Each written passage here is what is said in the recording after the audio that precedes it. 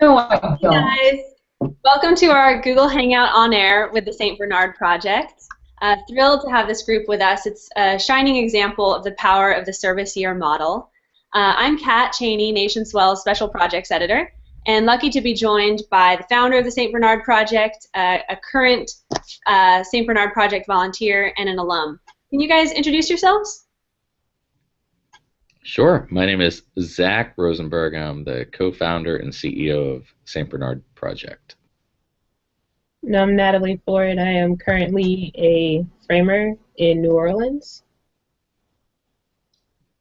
My name is Meg Darcy, and I am a St. Bernard Project alumni. I was a site supervisor there. Currently, I'm program manager at a local job training facility. So we're going to talk about, the program model, the impact it's had, and hear some stories from the field. So thank you all so much for your time. To kick things off, Zach, we were just talking about, I didn't even realize it till we said these words, but it's been 10 years, coming up on 10 years since Hurricane Katrina, and that has a lot to do with the St. Bernard Project and everything you've been involved in for the past 10 years. So can you talk about that moment in your life and how that led to what we have in front of us?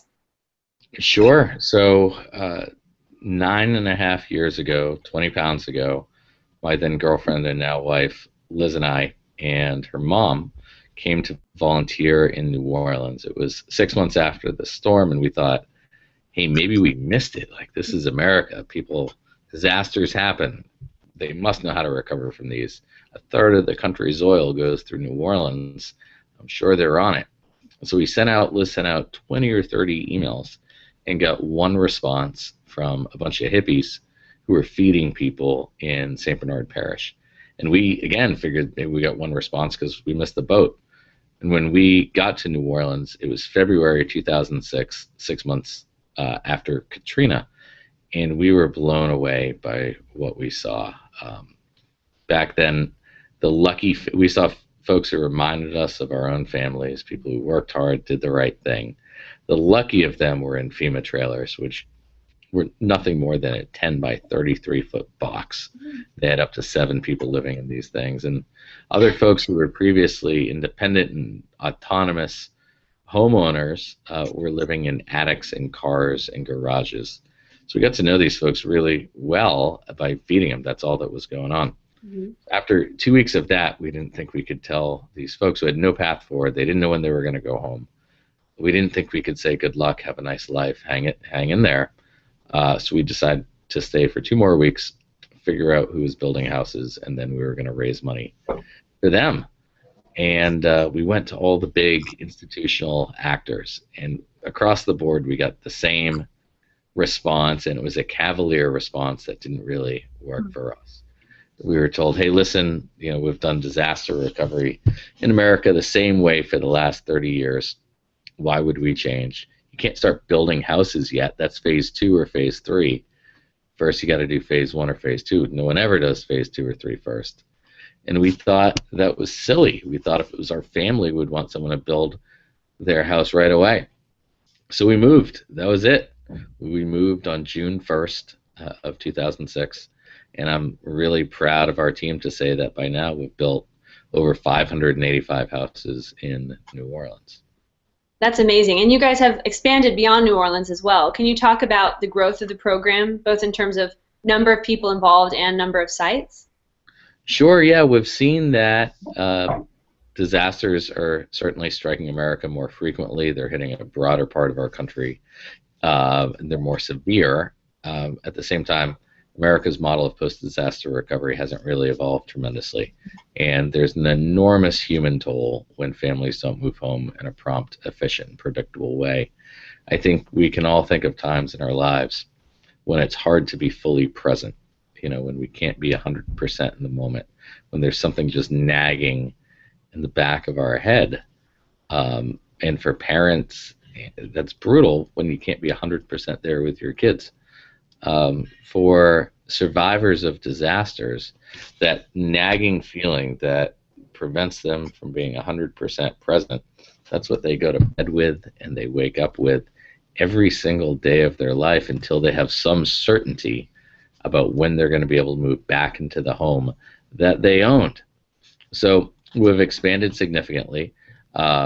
We built 181 houses in Joplin, Missouri after the tornado there, more than any other group. We're happy about that.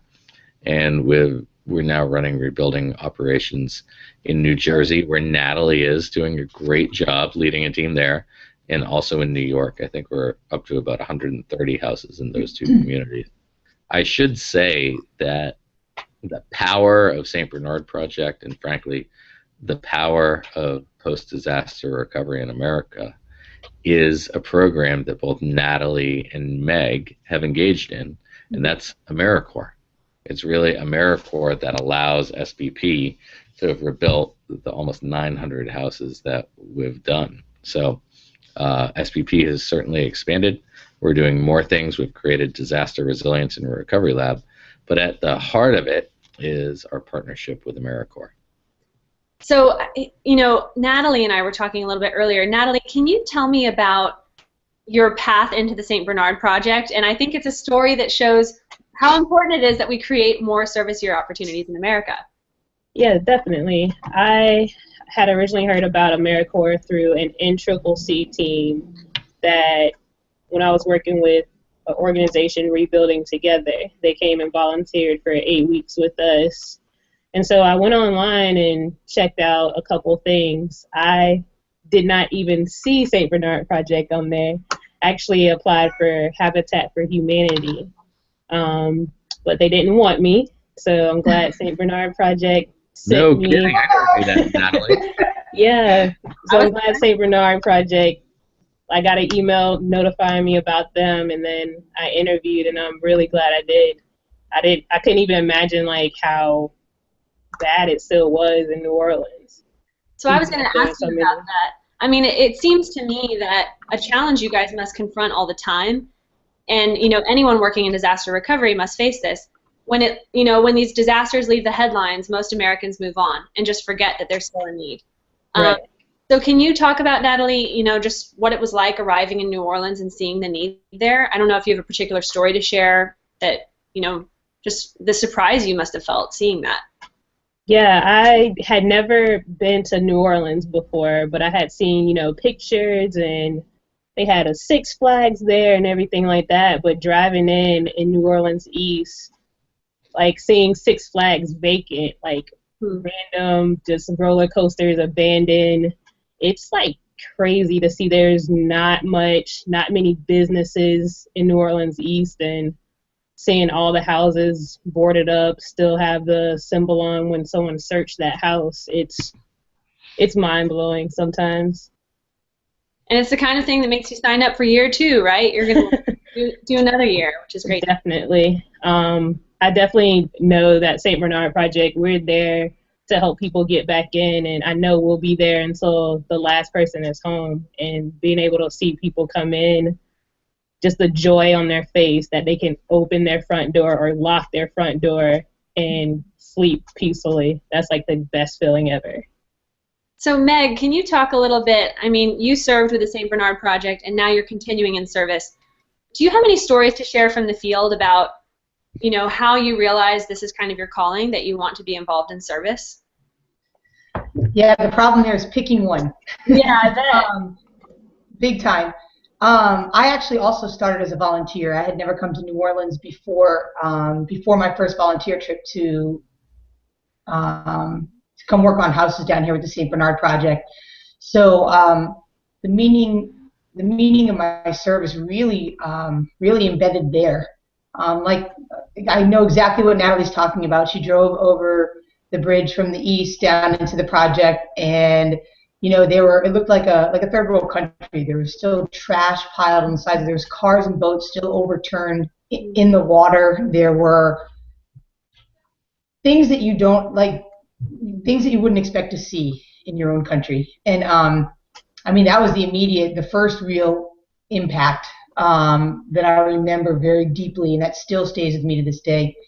And that was in 2007, so that was 2 years after the storm, and I really couldn't believe, like Zach said, he referenced, did we miss it, and God, you knew immediately. You haven't missed it if you haven't come till now even. There's so much work to still be done. But, you know, that's what kept me coming. I returned every year after that in August to, you know, do what small part I could in the rebuilding effort, and eventually wanted to make, or hoped to make, a more meaningful and long-term impact, which is why I joined the AmeriCorps. I knew immediately I wanted to work with the St. Bernard Project, so I went right through them, and they got me hooked up with the AmeriCorps. And you know, I can only hope that I had a fraction of the impact on other people during my term of service that my term of service had on me. And you know, after my term ended, I came into the position I am now, where it really speaks to, I think, SBP's commitment. SBP and the Louisiana Green Corps work in partnership to help rebuild communities, and SBP recognizes that that goes beyond short-term Band-Aid fixes. It involves digging deeper into the community to some of those issues that other people may not want to dig down to. Rebuilding communities by investing in the youth, investing in people that others may think are already lost causes, or may not have the potential to grow as much as we know they can. And you know, through our partnership, our standing partnership with SBP, we're able to give these young people a platform for learning where they can feel meaningful and important, and see that they're able to have an impact on their own community. It's not something that other people are doing. I think that the farther you get away from the storm, the more people ask, you know, where's New Orleans helping New Orleans? Why isn't it done yet? It's because people don't want it done. But that couldn't be farther from the truth. And I think that this partnership really fortifies that and really demonstrates people's commitment to a very resilient city.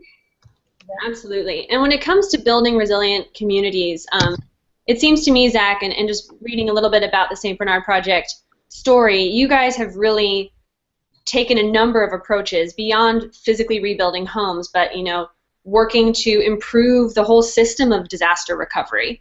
Can you talk about how you've approached your mission over the past 9.5 years and really taken on new strategies to help communities bounce back? Sure. So earlier we talked about the incredible human toll of a delayed recovery. And that doesn't really matter if it's in New Orleans or Cedar Rapids, Iowa, or Joplin, Missouri. There's just an incredible human toll. And we think the best way to lessen that human toll is two things. First of all, pre-disaster, we've got to make sure that homeowners, small and mid-sized businesses, and municipalities understand and mitigate risk. In other words, protect against the risks that they know are going to come. So St. Bernard Project has launched what we call Disaster Resilience and Recovery Lab. The resilience component picks 10 communities a year, focuses on small and mid-sized businesses, homeowners, municipalities, and evaluates success based on whether we're able to change behavior. And so we're just launching that kind of as we speak. Post-disaster, what Disaster Resilience and Recovery Lab does is two things. First of all, we'll build houses. Big enough disaster happens, we'll open an office like we did in Joplin, and then after Sandy, if there's another one of that scope, we'll certainly open an office and do the rebuilding work. What we think is equally important, though, is to add and increase the efficacy in the disaster recovery industry or community. And so through a partnership with Zurich, we received funding, and we've built a training curriculum in partnership with Farmers Insurance, and so we will now train other organizations for free to utilize SBP's model and practice, and hopefully rebuild houses at a faster clip. That's amazing to hear. And for anyone who's interested, the website is just stbernardproject.org, and you can learn more. You know, there's this model of participating through a service year, but also just volunteer opportunities to support the St. Bernard Project. Well, I have plenty more questions, but we don't have much more time. So just to wrap things up, you know, we were discussing a little bit earlier the Franklin Project at the Aspen Institute and this goal of getting more young people to sign up to serve and how that would really change this country for the better. For any of you who want to jump in, can you just talk about, zooming out a little bit, you know, why is this model of spending a year or 2 or 3 or more in service of your country, such an important thing for all of us to consider and for the country as a whole. Take it, ladies. I mean, I think for me, it just gives hope that, you know, your fellow human is here to help you in the time of need. Man, serving gives you so much for yourself. Like, you're not only helping other people, but you get so much from it, kind of like Meg was saying earlier. And I think that's a big thing. It, like, changes your life. Yeah, I fully agree. You know, amongst many other things, it really teaches you how to identify maybe vulnerabilities or things that you would see as weaknesses and turn them into strengths, not only for yourself, but other people. And I know a year may seem daunting, so start small, volunteer for a weekend, a week, and I can promise it'll spark something in you that'll make you want to make a longer commitment. I've seen it happen to many, many people.